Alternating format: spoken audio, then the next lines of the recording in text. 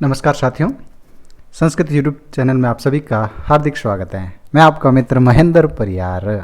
आज दोस्तों आपके लिए संधि प्रकरण में लगातार 14 वीडियो लेकर हाजिर हो रहा हूं। दोस्तों आप सभी का प्रेम स्नेह लगातार आपका मिल रहा है, मुझे बहुत अच्छा लग रहा है। ये हमारे लिए आपका ये जो प्रेम मिल रहा है वो बहुत ही पुनर्बलन का कार्य कर रहा है। तो दोस्तों इसी तरह हम लगातार उत्साहित होकर आपके लिए टॉपिक पर टॉपिक लेकर आ रहे हैं। तो संधि प्रकरण टॉपिक में आज दोस्तों लेकर हाजिर हुए हैं आपके लिए लत्व संधि। तो दोस्तों पढ़ते हैं लत्व संधि। पर श्रवण संधि में जिसको लत्व संधि भी कहा जाता है। सूत्र है दोस्तों तौरली, सिंपल सूत्र है, कुछ भी ज़्यादा आपको बर्डन लेने की आवश्यकता नहीं है। तौरली सूत्र क्या कहता है उसको सिंपल अर्थ में समझ लीजिए। त वर्गस्य लकारे परे पर श्रवण। दोस्तों देखिए त वर्गस्य यानी त वर्गस्य क्या अर्थ होता है दोस्तों, आपके स्क्रीन पर लिखा हुआ है। त वर्गस्य का अर्थ होता है त वर्ग के स्थान पर लकारे परे यानी लकार परे होने पर, यानी त वर्ग के बाद लकार वर्ण आए तो परश्रवण यानी परश्रवण आदेश हो जाता है। तो दोस्तों तौरली सूत्र क्या कहते हैं, इस सूत्र को समझते हैं कि त वर्गस्य लकारे परे परश्रवण यानी त वर्गस्य त वर्ग के स्थान पर लकारे परे लकार परे होने पर परश्रवण यानी परश्रवण आदेश हो जाता है। आगे देखिए दोस्तों कि लत्व संधि में सूत्र है तौरली, त वर्गस्य लकारे परश्रवण यानी त वर्ग के स्थान पर लकार परे होने पर परश्रवण आदेश हो। दोस्तों यहाँ पर अब देखिए क्या कह रहा हूँ मैं कि यहाँ ये कहा गया है कि त वर्ग से परे लकार हैं तभी परश्रवण यानी त वर्ग का लकार आदेश होगा। दोस्तों जैसे ये दिया हुआ है तो त वर्ग प्लस ल दिया हुआ है तो यहाँ पर ल हो जाता, जो पूर्व में त वर्ग का कोई भी वर्ण आएगा उसका ल हो जाता है। तो जैसे मैंने ये त वर्ग प्लस ल दिया हुआ है, ल ये दिया हुआ है, इसको आप इसके शॉर्ट खींच लीजिए। ये तौरली में ये समझ लीजिए, सूत्र पर ही देख लीजिए कि त दिया हुआ है यानी त वर्ग के बाद ल दिया हुआ है तो लकार हो जाता है। परश्रवण यानी सामने वाले श्रवण के समान हो जाना। तो दोस्तों देखिए त वर्ग के बाद अगर ल आए तो उसका ल हो जाता है यानी सामने वाले वर्ण के समान हो जाता है। तो बढ़ते हैं दोस्तों इनके उदाहरण में। अब देखिए मैंने यहाँ पर जो ब्लू कलर में ब्लू कलर की स्लाइड में पट्टी में दोस्तों जो त वर्ग और प्लस ल लिखा हुआ है तो ये व्हाइट कलर में लिखा हुआ है, समझ लीजिए। अगर यहाँ पर सभी में बैठ रहा है तो लत्व संधि आपके दिमाग में आ गई है। तो दोस्तों देखिए तद प्लस लय, तो दोस्तों देखिए त वर्ग का वर्ण है, प्लस के बाद ल आया हुआ है तो दोस्तों ये लत्व संधि में तौरली सूत्र का कार्य कर रहा है तो इसका पद बन जाएगा तल्लय। समझ में आया दोस्तों? अगर नहीं आया तो ये उदाहरण देखिए आप, तद प्लस लीन।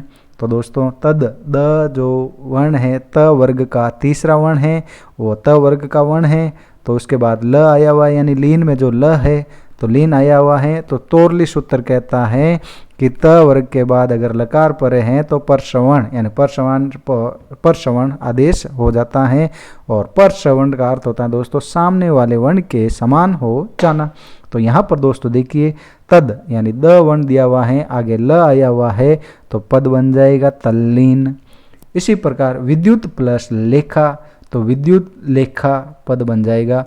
उद प्लस लासह तो उल्लास पद बन जाएगा। तो दोस्तों इन सभी उदाहरणों में देखिए कि त वर्ग प्लस ल का बैठ रहा है तो तौरली सूत्र आपके लिए सही सटीक बैठ रहा है।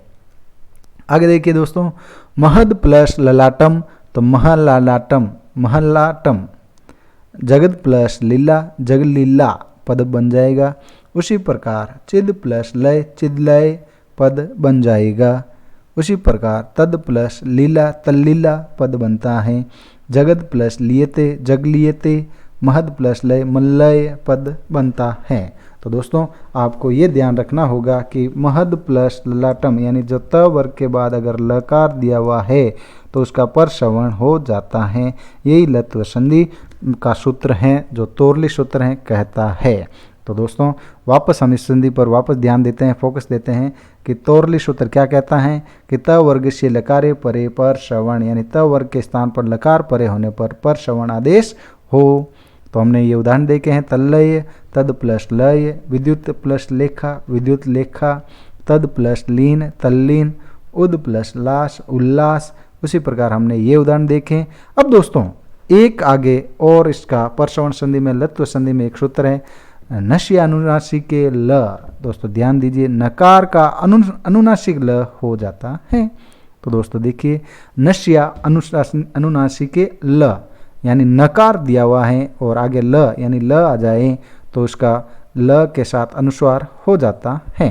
तो दोस्तों देखिए, महान प्लस लेखक, महालेखक दिया हुआ है, महालेखक दिया हुआ है और अनुस्वार दिया हुआ है। तो दोस्तों अनुस्वार का आपका नकार करना है, और जो महान में न दिया हुआ है उसका हमने क्या कर दिया दोस्तों, अनुस्वार और ल कर दिया, अनुस्वार ल कर दिया है। उसी प्रकार देखिए, महान प्लस लोभी, महान लोभी पद बनता है। तस्मिन प्लस लय, तस्मिन लय पद बनता है।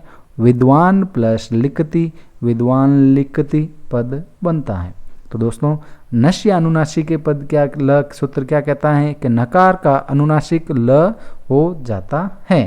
तो हमने उदाहरण देखे, महान प्लस लेखक, महान लेखक, महान प्लस लोभी, महान लोभी, तस्मिन प्लस लय, तस्मिन लय, विद्वान प्लस लिखती, विद्वान लिखती। तो दोस्तों आशा करता हूँ कि आपको परसवर्ण संधि में लत्व संधि जिसको कहा जाता है आपको समझ में आई है, क्योंकि बहुत ही सिंपल इसके सूत्र हैं।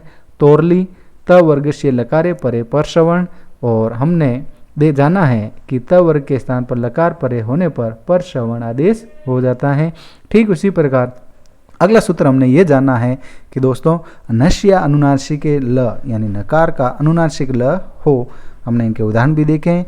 महान प्लस लेखक, महान लेखक पद बनता है। तो दोस्तों आशा करता हूँ आपको वीडियो बहुत पसंद आया। थैंक यू, धन्यवाद, जय हिंद।